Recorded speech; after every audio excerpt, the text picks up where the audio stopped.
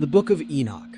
Attributed to Enoch, great-grandfather of Noah, Enoch journeys through the heavens, meets angelic beings, and witnesses the Watchers, fallen angels who corrupt mankind by teaching sorcery and warfare.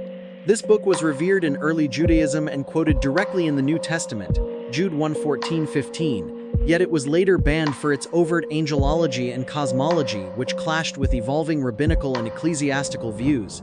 Ethiopia's Orthodox Church still accepts it as canon. The Gospel of Mary Magdalene presents Mary as a primary disciple, even a visionary, who receives hidden teachings from Jesus.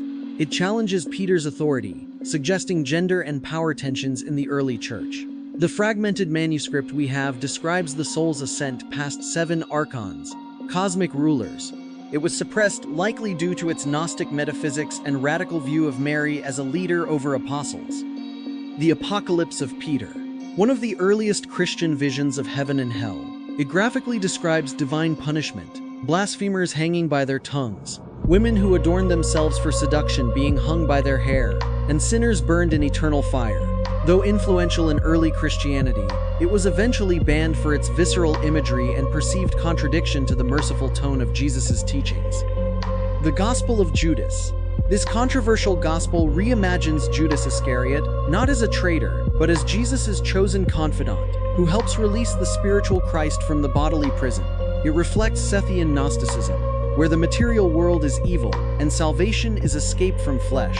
The Church declared it heretical because it inverted core doctrines, especially the role of betrayal and sacrifice. The Shepherd of Hermas.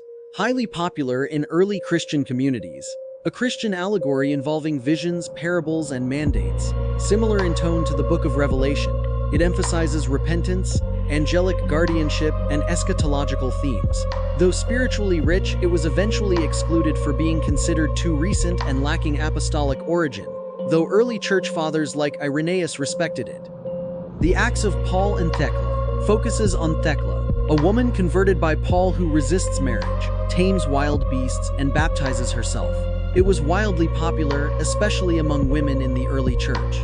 However, its themes of celibacy, gender independence, and female authority made it suspicious to church elders. It was eventually banned despite its widespread appeal. The Gospel of Thomas, a sayings gospel, 114 cryptic teachings of Jesus without narrative context. There's no mention of crucifixion, resurrection, or miracles. Instead, it's focused on inner awakening and self-knowledge. Split a piece of wood and I am there. The text leans toward Gnostic mysticism, portraying Jesus more as a wisdom teacher than a divine Messiah.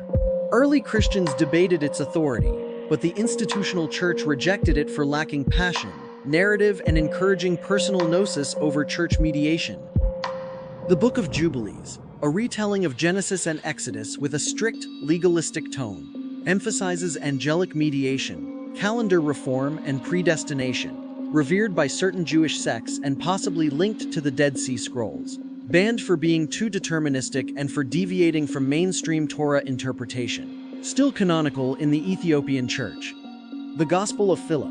Another Gnostic gospel emphasizing mystical union, often misquoted for the Jesus kissing Mary line. It discusses sacraments, spiritual marriage, and the illusion of death. It was removed for its metaphysical bent and for denying literal resurrection, a core tenet of Orthodox Christianity. The Ascension of Isaiah, a Christian apocalypse revealing the layers of heaven and a cosmic Christ who descends through the realms to take on human form. It challenges straightforward incarnation doctrines and reveals an archangelic hierarchy. Its complex cosmology led to suspicion and exclusion.